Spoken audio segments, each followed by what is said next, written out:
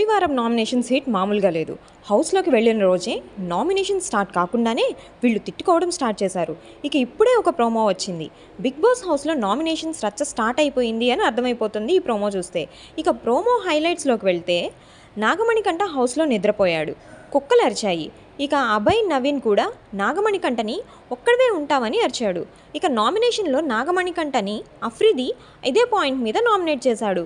ఇక ఈ ఇద్దరి మధ్య మంచి ఫైట్ జరిగింది. ఇక ప్రోమోలో బేబక్క హౌస్ కిచెన్లో కొన్ని కండిషన్స్ పెట్టారు. దాంతో ఆ పాయింట్ మీద నామినేట్ చేశాడు శేఖర్ భాష. ఇక లాస్ట్లో నిఖిల్కి సీతకి గట్టి ఫైట్ అయితే జరిగింది.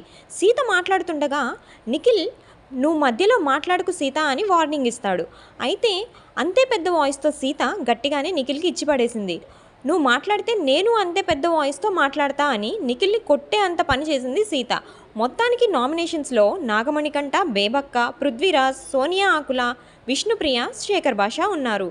వీళ్ళల్లో ఎవరు ఎలిమినేట్ అవుతారో కామెంట్ చేయండి.